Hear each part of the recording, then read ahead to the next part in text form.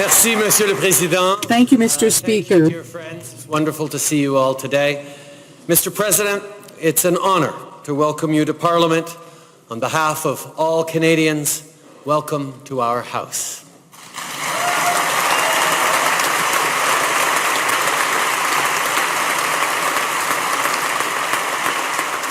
Before we begin, I would like to ask everyone here today to join in a moment of silence in memory of those killed and injured in yesterday's attack in Istanbul.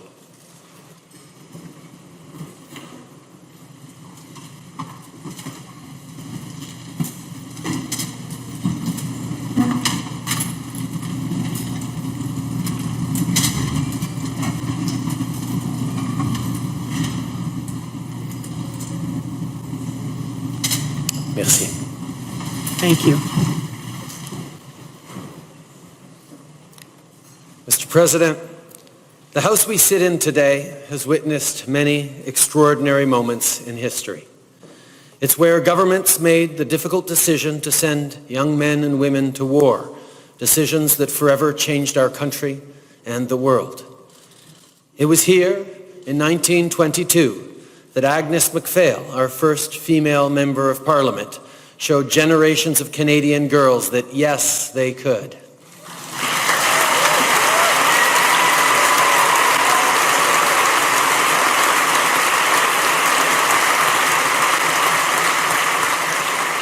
And now, finally, this House gets to see a bromance up close.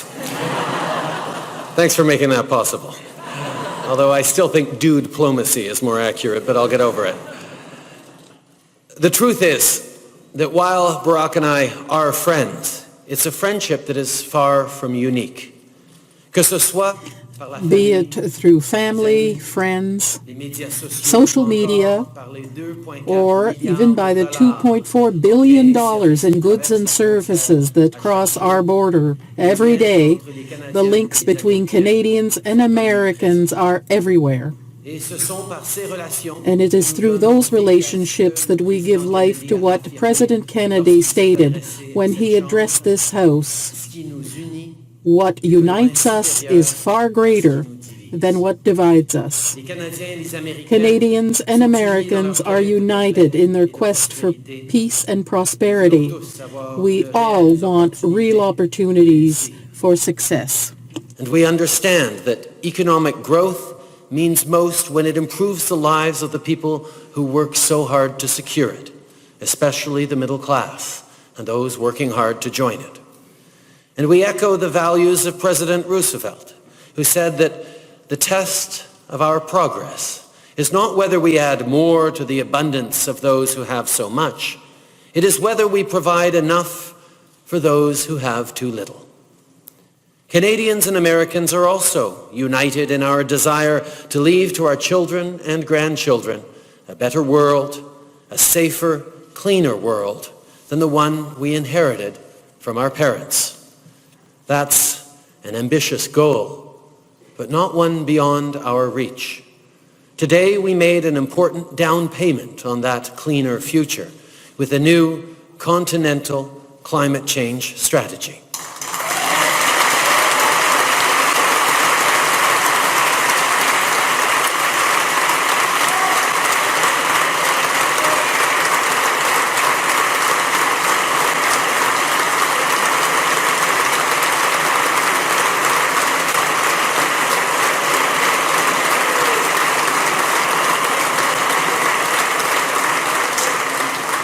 And finally, and at this moment, critically, Canadians and Americans are united in our understanding that diversity is a source of strength, not weakness.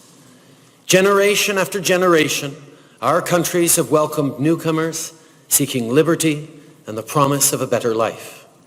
And generation after generation, our identities and our economies have been enriched by these new perspectives, not threatened by them. The North American idea that diversity is strength is our great gift to the world. No matter where you are from or the faith you profess, nor the color of your skin, nor whom you love. You belong here. This is home.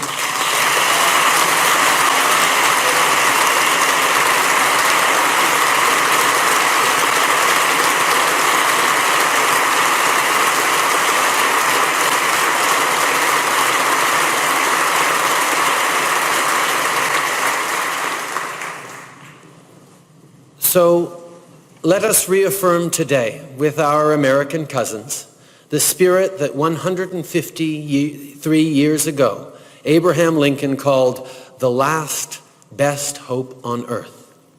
Openness, diversity, inclusion, responsible self-government, freedom for all people. These ideas are as important today as they have ever been, and we will promote them together. On all these things, on economic opportunity, on the environment, on building a more inclusive and diverse society, Canadians and Americans agree. When people say that the President and I share a special relationship, there's something that they often don't realize.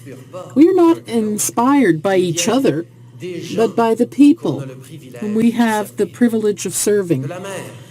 From the mother who does overtime in order to pay her rent, buy new clothing for her daughter, and save a little money to help her parents. From the retiree who gives his time to teach children the importance of protecting wetlands.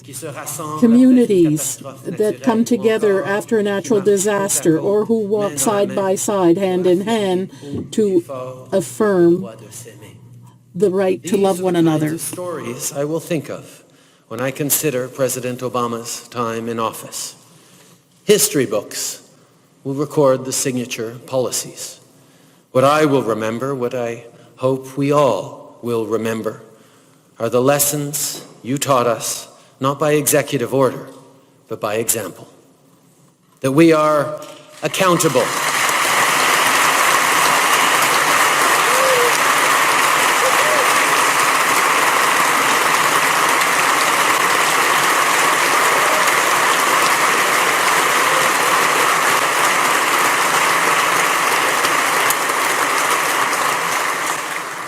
The lesson that we are accountable to each other, that we are stronger together than we are apart, that we are more alike than we are different, and that there is a place in this world for politics that is hopeful, hardworking, ambitious, and kind.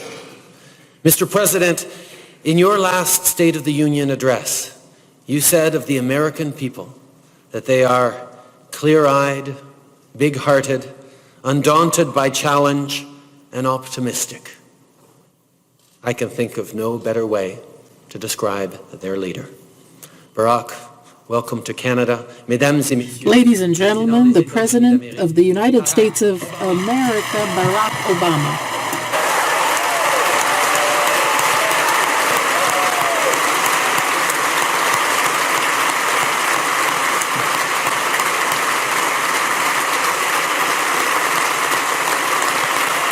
Thank you so much. Thank you. Thank you very much. Thank you, everybody. Thank you. Thank you so much. Thank you. Thank you. Please, everyone have a seat. Thank you. Thank you so much. Good evening. Bonjour. Mr. Prime Minister, Mr. Speaker, members of the House, members of the Senate, distinguished guests, people of Canada, thank you for this extraordinary welcome, which tempts me to just shut up and leave, because they can't get any better than this. Obviously, I'm grateful for the warm welcome. I'm extraordinarily grateful for the close working relationship and friendship with your outstanding Prime Minister, Justin Trudeau, and his extraordinary wife, Sophie.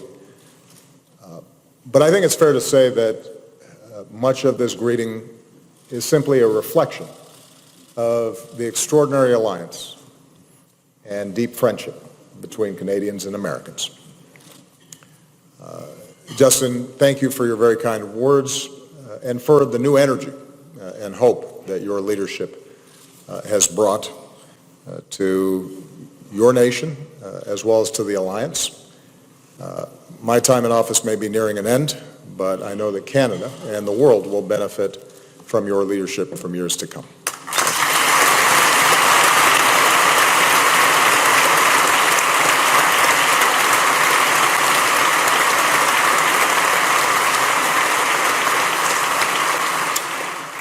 So Canada was the very first country that I visited as president. It was in February. It was colder. I was younger. Michelle now refers to my hair as the Great White North. And on that visit, I strolled around the Byward Market, tried a beaver tail, which is better than it sounds.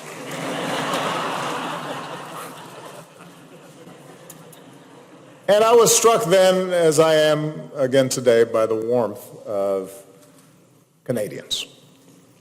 I could not be more honored to be joining you in this historic hall, this Cathedral of Freedom. And we Americans can never say it enough. We could not ask for a better friend or ally than Canada. We could not.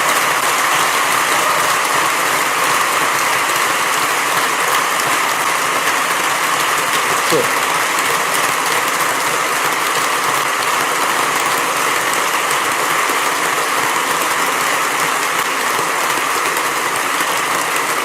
It is true.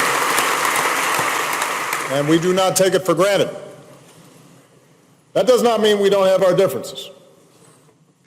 As I understand it, one of the reasons the Queen chose this site for Parliament was that it was a safe distance from America's border. And I admit, in the War of 1812, American troops did some damage to Toronto.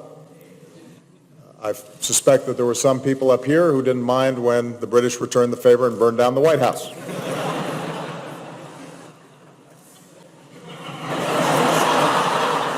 In more recent times, however, the only forces crossing our borders are the armies of tourists and business people and families who are shopping and doing business and visiting loved ones. Our only battles take place inside the hockey rink. Even there's an uneasy peace that is maintained. As Americans, we too celebrate the life of Mr. Hockey himself, the late, great Gordie Howe.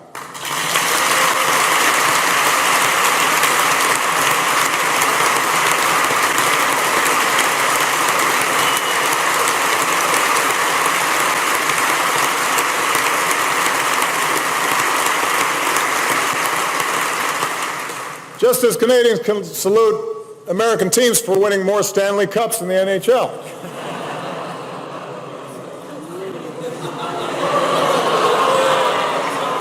I told you I should have stopped after the applause.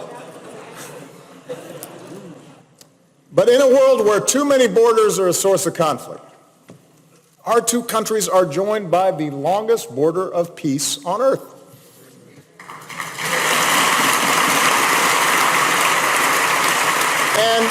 And what makes our relationships so unique is not just proximity. It's our enduring commitment to a set of values,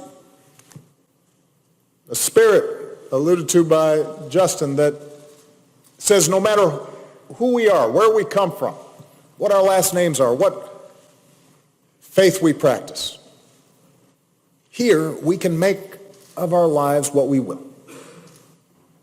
It was the grit of pioneers and prospectors who pushed west across a forbidding frontier. The dreams of generations, immigrants, refugees that were welcomed to these shores. The hope of runaway slaves who went north on an underground railroad. Deep in our history of struggle, said Dr. Martin Luther King Jr., Canada was the North Star. The Freedom Road links us together. We're bound as well by the service of those who've defended us at Flanders Field, the beaches of Normandy, the skies of the Balkans, and more recently in the mountains of Afghanistan and training bases in Iraq. And their sacrifice is reflected in the silent rows of Arlington and in the Peace Tower above us. And today we honor those who gave their lives for all of us.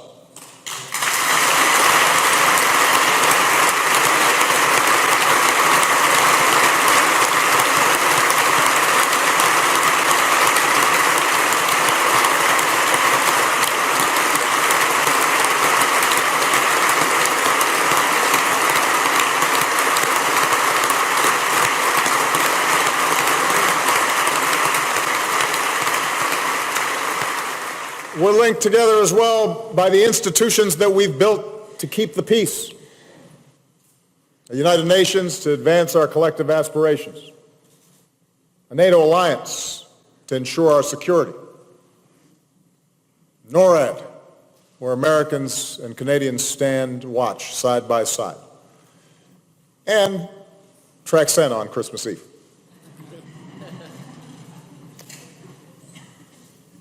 We're linked by a vast web of commerce that carries goods from one end of this continent to another. And we're linked by the ties of friendship and family. In my case, an outstanding brother-in-law from Burlington.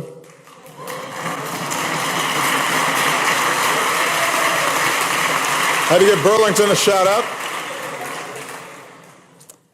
Our relationship is so remarkable precisely because it seems so unremarkable, which is why Americans often are surprised when our favorite American actor or singer turns out to be Canadian.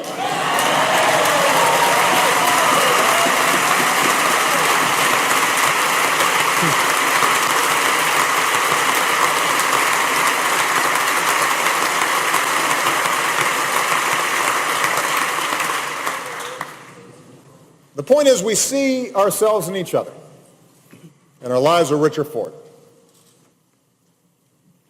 As president, I've deepened the ties between our countries. And because of the progress we've made in recent years, I can stand before you and say that the enduring partnership between Canada and the United States is as strong as it has ever been, and we are more closely aligned than ever before.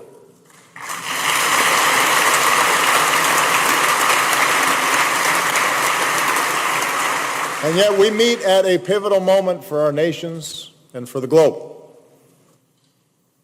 From this vibrant capital, we can look upon a world that has benefited enormously from the international order that we helped build together. But we can see that same order increasingly strained by the accelerating forces of change. The world is, by almost every measure, less violent than ever before. But it remains riven by old divisions and fresh hatreds. The world's more connected than ever before, but even as it spreads knowledge and the possibility of greater understanding between peoples, it also empowers terrorists who spread hatred and death, most recently in Orlando and Istanbul. The world is more prosperous than ever before. But alongside globalization and technological wonders, we also see a rise in inequality and wage stagnation across the advanced economies, leaving too many workers and communities fearful of diminishing prospects, not just for themselves, but more importantly for their children. And in the face of such rising uncertainty, it is not enough to look at aggregate growth rates or stock prices or the pace of digital innovation. If the benefits of globalization accrue only to those at the very top, If our democracies seem incapable of assuring broad-based growth and opportunity for everyone, then people will push back out of anger or out of fear. And politicians, some sincere and some entirely cynical, will tap that anger and fear. Hearkening back to bygone days of order and predictability and national glory, arguing that we must rebuild walls and disengage from a chaotic world, or rid ourselves of the supposed ills brought on by immigrants, all in order to regain control of our lives. We saw some of these currents at work this past week in the United Kingdom's referendum to leave the European Union. Despite some of the initial reactions, I am confident that the process can be managed in a prudent, orderly way. I expect that our friends on both sides of the channel will develop a workable plan for how to move forward. And I'm equally confident that the transatlantic values that we all share as liberal, market-based democracies are deeper and stronger than any single event.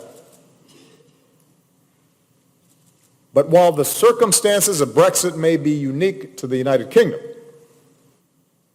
the frustrations people felt are not.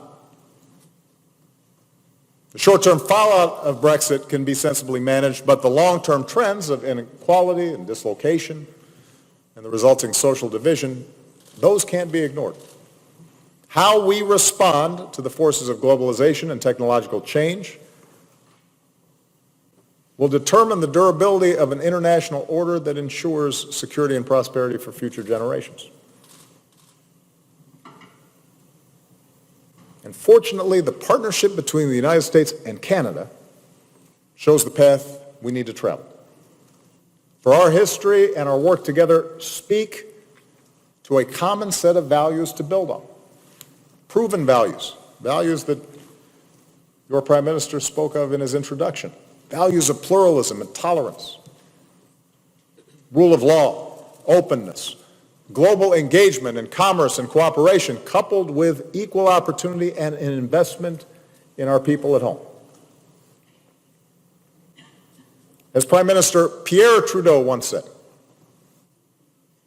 a country, after all, is not something you build as the pharaohs build the pyramids and then leave standing there to defy eternity. A country is something that is built every day out of certain basic shared values. What is true of countries is true of the world.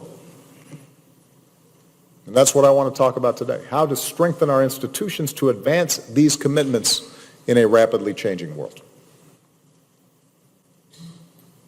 Now, let me start with our shared economic vision. In all we do, our commitment to opportunity for all of our people has to be at the centerpiece of our work. We are so fortunate because both of our countries are so well positioned to succeed in the 21st century. Our two nations know firsthand the awesome power of free markets and innovation. Canadians help run some of Silicon Valley's most innovative companies. Our students study at each other's world-class universities. We invest in research and development and make decisions based on science and evidence. And it works. It's what's created these extraordinary economies of ours. But if the financial crisis and recent recession taught us anything, it's that economies do better when everyone has a chance to succeed. For a long time, it was thought that countries had to choose between economic growth or economic inclusion, but it turns out that's a false choice. If a CEO makes more in a day than a typical employee makes in a year, that kind of inequality is not just bad for morale in the company. It turns out it's bad for the economy. That worker is not a very good customer for business.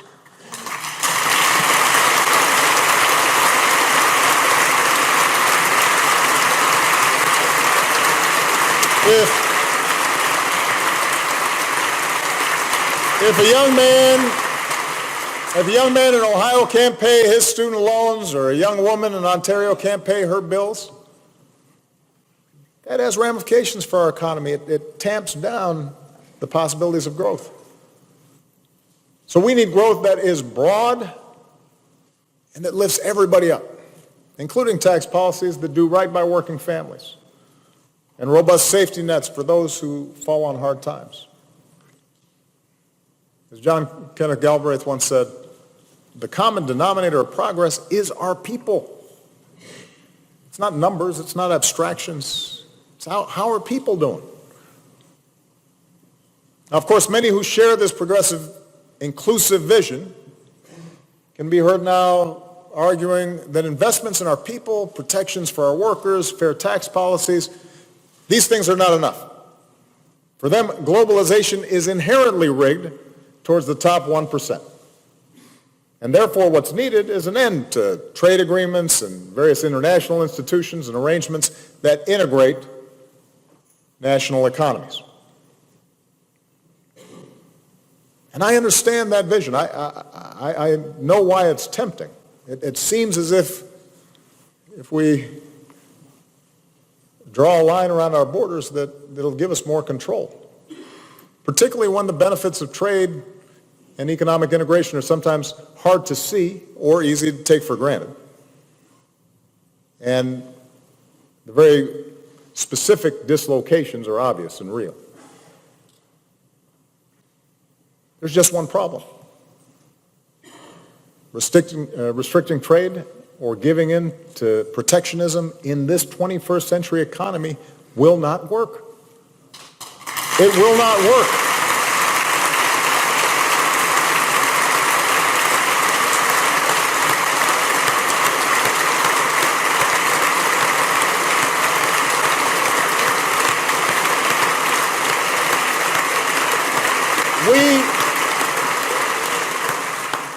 Even if we wanted to, we can't seal ourselves off from the rest of the world.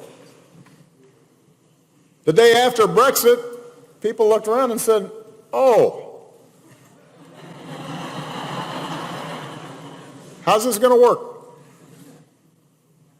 The drag that economic weakness in Europe and China and other countries is having on our own economies right now speaks to the degree to which we depend, our economies depend, our jobs, our businesses depend on selling goods and services around the world.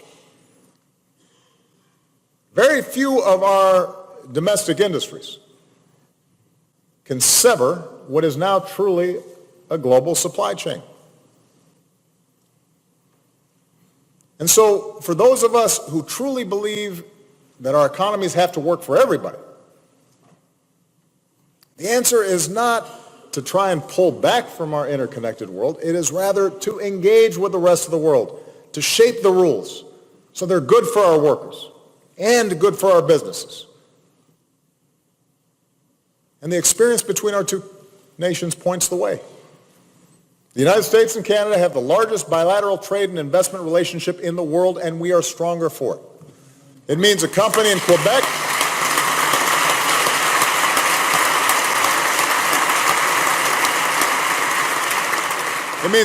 Quebec can create jobs in North Carolina. And the startup in Toronto can attract investment from Texas. Now, the problem is that some economies in many of the fastest growing regions of the world, particularly the Asia-Pacific region, don't always abide by the same rules. They impose unfair tariffs, or they suppress workers' rights, or they maintain low environmental standards that make it hard for our businesses to compete fairly. And with the Trans-Pacific Partnership, we have the ability to not only open up these markets to U.S. and Canadian products and eliminate thousands of these unfair tariffs,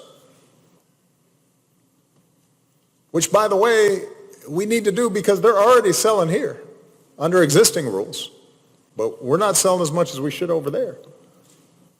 But it also affords us the opportunity to increase protections for workers and the environment and promote human rights, including strong prohibitions against human trafficking and child labor.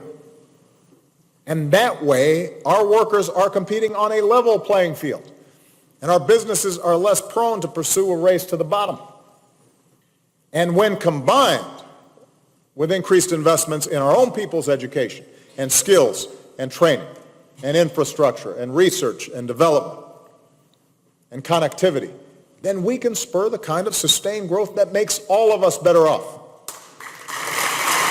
All of us.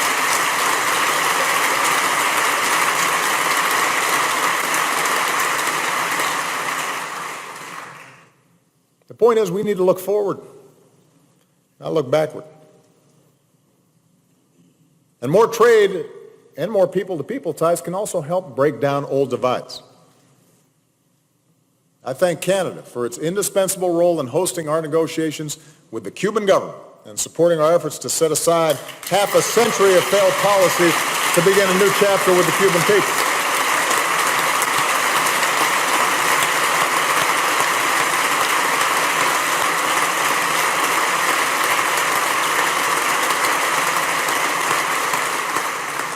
I know a lot of Canadians like going to Cuba. Maybe because they haven't had Americans crowding the streets and the beaches, but that's changing. And as more Americans engage with the Cuban people, it'll mean more economic opportunity and more hope for ordinary Cubans. We also agree, us Americans and Canadians, that wealthy countries like ours cannot reach our full potential while others remain mired in poverty. That, too, is not going to change in this interconnected world. That if there's poverty and disease and conflict in other parts of the world, it spills over, as much as we'd like to pretend that we can block it out. So with our commitment to new sustainable development goals, we have the chance to end the outrage of extreme poverty. We can bring more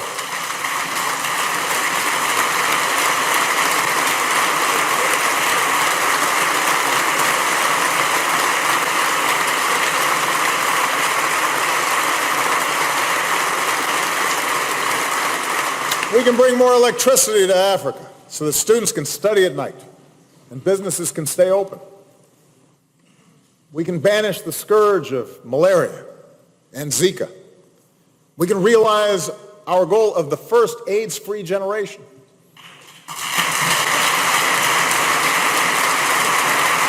We can do that. It's within our grasp, and we can help those who are working to replace corruption with transparent, accountable institutions that serve their people. As leaders in global development, the United States and Canada understands that development is not charity. It's an investment in our future prosperity.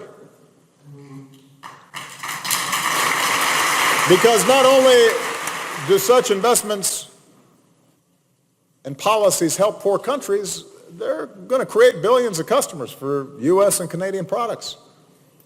And they'll make less likely the spread of deadly epidemics to our shores. And they'll stabilize parts of the world that threaten the security of our people. In fact, both the United States and Canada believe our own security, and not just prosperity, is enhanced when we stand up for the rights of all nations and peoples to live in security and peace.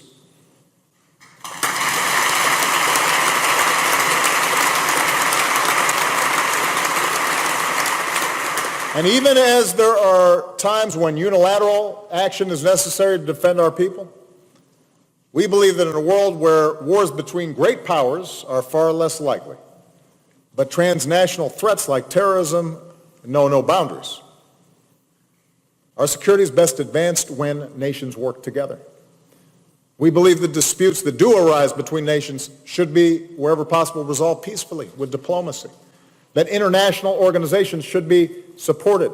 That multilateralism is not a dirty word. And certainly we're more secure when we stand united against terrorist networks and ideologies that have reached to the very doorstep of this hall. We honor all those taken from us by violent extremists, including Canadians John Ridsdale and Robert Hall.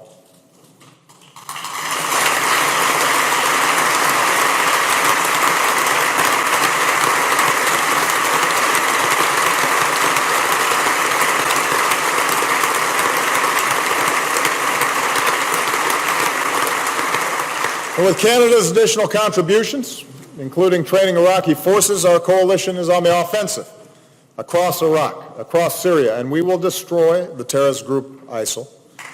We will destroy them.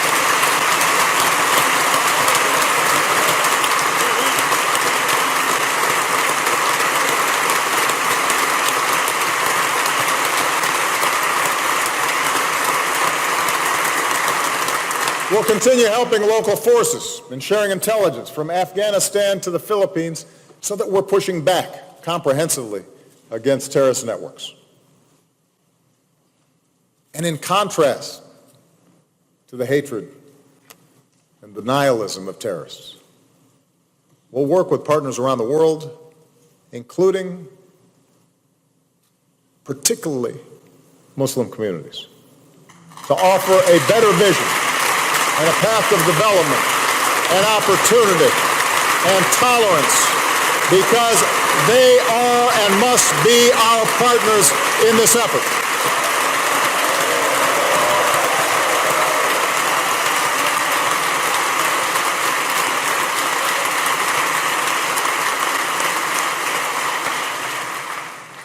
Meanwhile, when nations violate international rules and norms, such as Russia's aggression against Ukraine,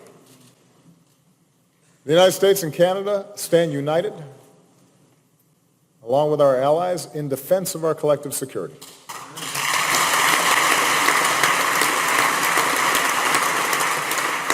And doing so requires a range of tools, like economic sanctions. But it also requires that we keep our forces ready for 21st century missions and invest in new capabilities. And as your ally and as your friend, let me say that we'll be more secure when every NATO member, including Canada, contributes its full share to our common security. Because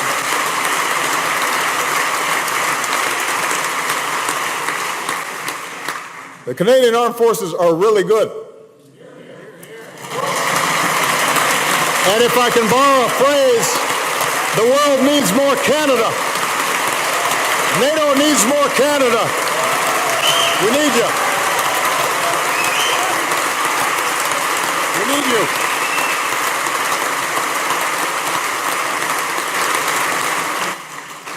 Now, just as we join together in our common defense, so must we work together diplomatically, particularly to avert war. And diplomacy results are rarely quick. But it turns out even the most intractable conflicts can be resolved. Here in our own hemisphere, just in the last few weeks, after half a century of war, Colombia is poised to achieve a historic peace. And the nations of North America will be an important partner to Colombia going forward, including working to remove landmines. Around the world, Canadian and American diplomats working together can make a difference.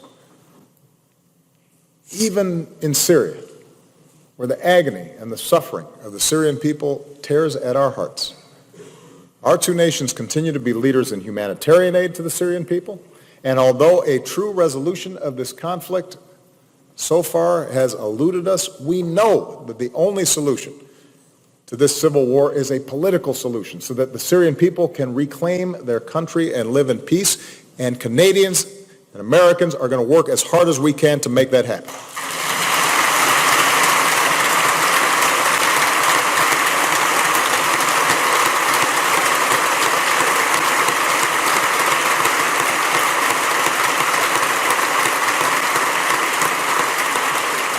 I should add that here in the nation of Lester Pearson, we reaffirm our commitment to keep strengthening the peacekeeping that saves lives around the world. There is one threat, however, that we cannot solve militarily, nor can we solve alone, and that's the threat of climate change. Now, climate change is no longer an abstraction. It's not an issue we can put off for the future. It is happening now. It is happening here in our own countries. The United States and Canada are both Arctic nations, and last year when I became the first U.S. president to visit the Arctic, I could see the effects myself.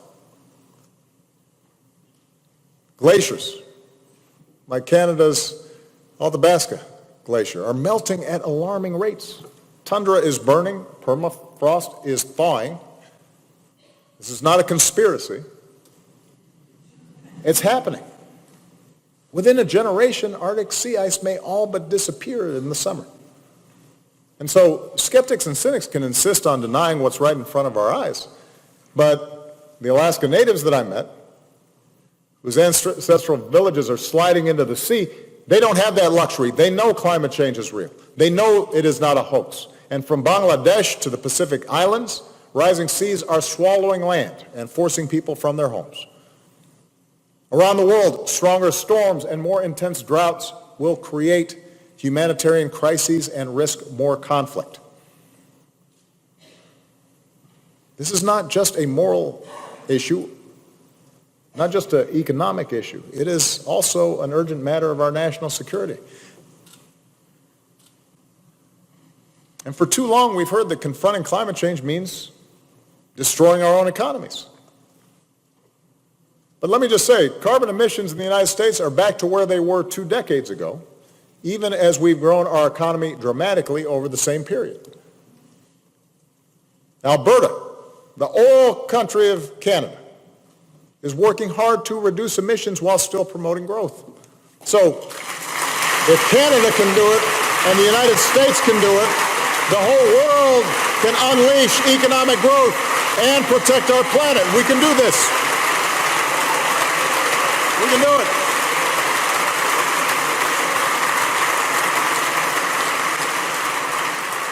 We can do this. We can help lead the world to meet this threat. Already, together in Paris, we achieved the most ambitious agreement in history to fight climate change. Now let's bring it into force this year. With our agreement with Mexico that we announced today, let's generate half the electricity on this continent from clean energy sources within a decade. That's achievable. Let's partner in the Arctic to help give its people the opportunity they deserve while conserving the only home they know. And building on the idea that began in Montreal 3 decades ago, let's finally phase down dangerous HFC greenhouse gases. This is the only planet we've got, and this may be the last shot we've got to save it. And America and Canada are going to need to lead the way. We're going to have to lead the way.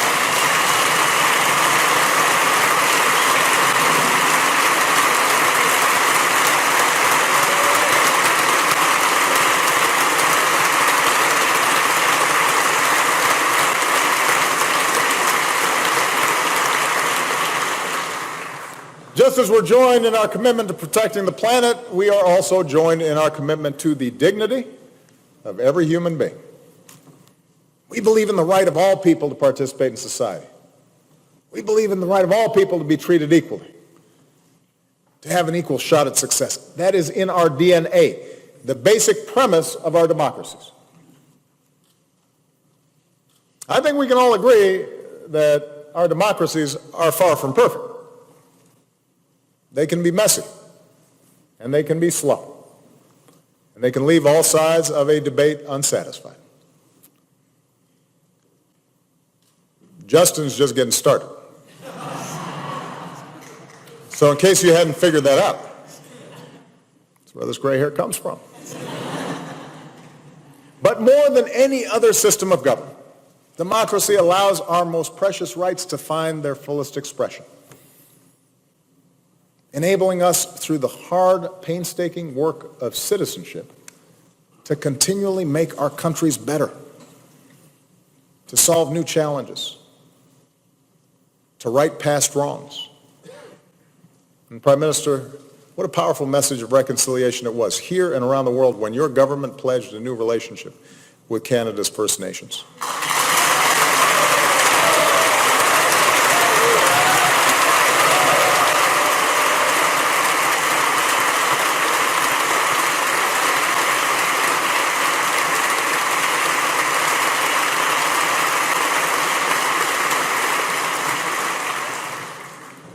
Democracy is not easy. It's hard. Living up to our ideals can be difficult even in the best of times, and it can be harder when the future seems uncertain or when in response to legitimate fears and frustrations. There are those who offer a politics of us versus them, a politics that scapegoats others, the immigrant, the refugee, someone who seems different than us. We have to call this mentality what it is, a threat to the values that we profess, the values we seek to defend. It's because we respect all people that the world looks to us as an example. The colors of the rainbow flag have flown on Parliament Hill. They have lit up the White House. That is a testament to our progress, but also the work that remains to ensure true equality for our fellow citizens who are lesbian, gay, bisexual, or transgender.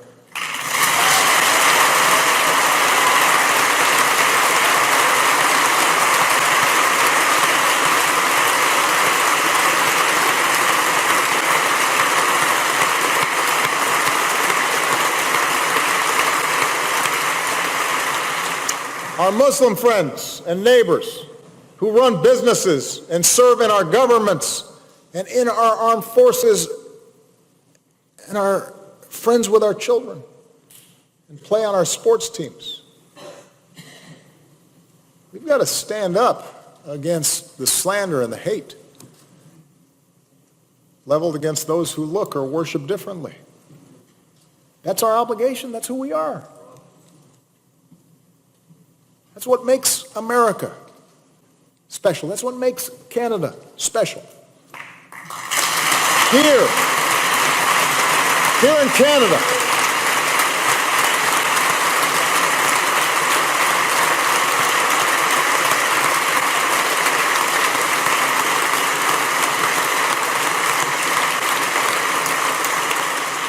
Canada, a woman has already risen to the highest office in the land. In America, for the first time, a woman is the presumptive nominee of a major party and perhaps president.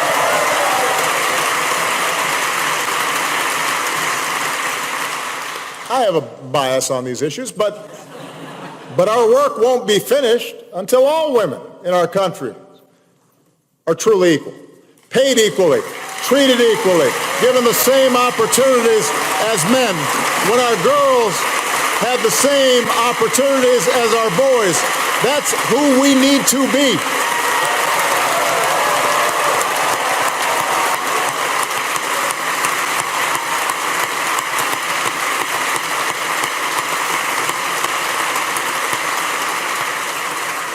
And let me say this, because I don't feel particularly politically correct on this issue. I don't believe that these are American values or Canadian values or Western values. I believe, and Justin believes, and I hope all of you believe, these are universal values. And we must be bold in their defense at home and around the world and not shy away from speaking up on behalf of these values of pluralism and tolerance and equality.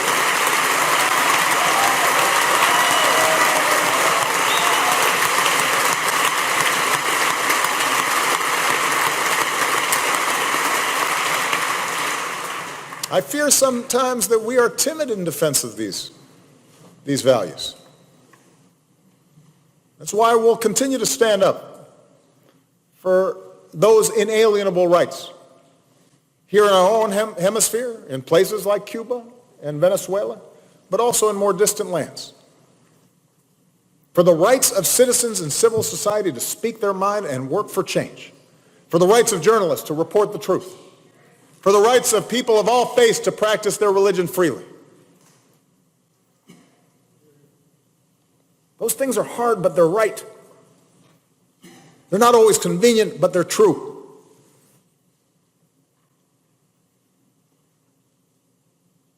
In the end, it is this respect for the dignity of all people,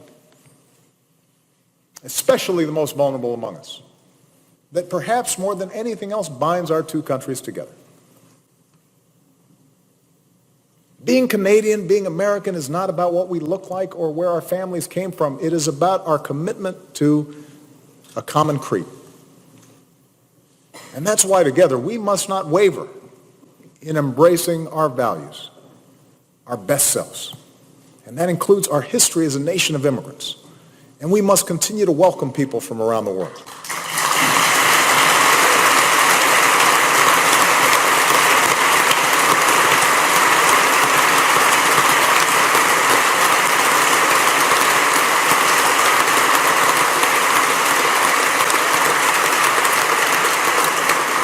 The vibrancy of our economies are enhanced by the addition of new striving immigrants. But this is not just a matter of economics. When refugees escape barrel bombs and torture, when migrants cross deserts and seas seeking a better life, we cannot simply look the other way. We certainly can't label as possible terrorists vulnerable people who are fleeing terrorism.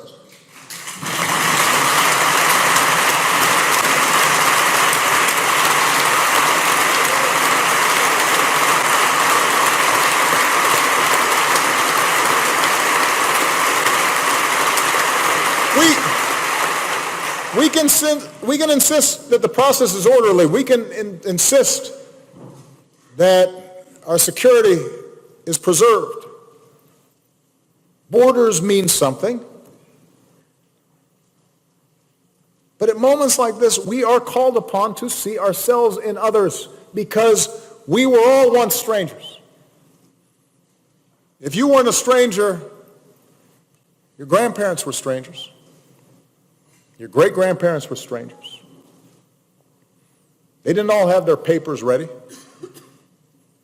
They fumbled with language, faced discrimination, had cultural norms that didn't fit. At some point, somewhere, your family was an outsider. And so the mothers, the fathers, the children we see today, they're us. And we can't forsake them. So as Americans and Canadians, we will continue to welcome refugees. And we can ensure that we're doing so in a way that maintains our security. We can and we will do both. We can and we will do both. We're increasing our support to Central America so that fewer families and children attempt the dangerous journey north. This fall at the United Nations, we'll host a global summit on refugees because in the face of this crisis, more nations need to step up and meet our basic obligations to our fellow human beings. And it will be difficult, and budgets are tight, and there are legitimate issues, and not everybody's going to be helped. But we can try. People of goodwill and compassion show us the way. Greek islanders pulling families to shore, and Germans handing out sweets to migrants at railway stations. A synagogue in Virginia inviting Syrian refugees to dinner. And here in Canada, the world has been inspired as Canadians across this country have opened up their hearts and their homes. And we've watched citizens knitting toques to keep refugees warm in the winter. And we've seen your Prime Minister welcome new arrivals at the airport and extend the hand of friendship and say, you're safe at home now. And we see the refugees who feel that they have a special duty to give back and seize the opportunity of a new life. Like the girl who fled Afghanistan by donkey and camel and jet plane, and who remembers being greeted in this country by helping hands and the sound of robins singing. And today she serves in this chamber and in the cabinet because Canada is her home.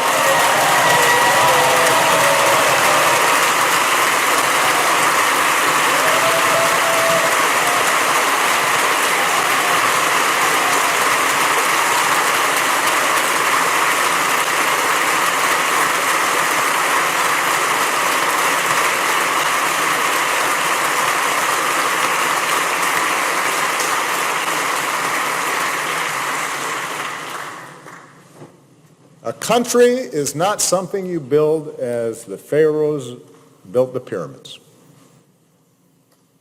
A country is something that is built every day out of certain basic shared values. How true that is. How blessed we are to have had people before us, day by day, brick by brick, build these extraordinary countries of ours. How fortunate, how privileged we are to have the opportunity to now ourselves build this world anew. What a blessing. And as we go forward together on that freedom road, let's stay true to the values that make us who we are. Canadians and Americans, allies and friends, now and forever. Thank you very much. Merci beaucoup.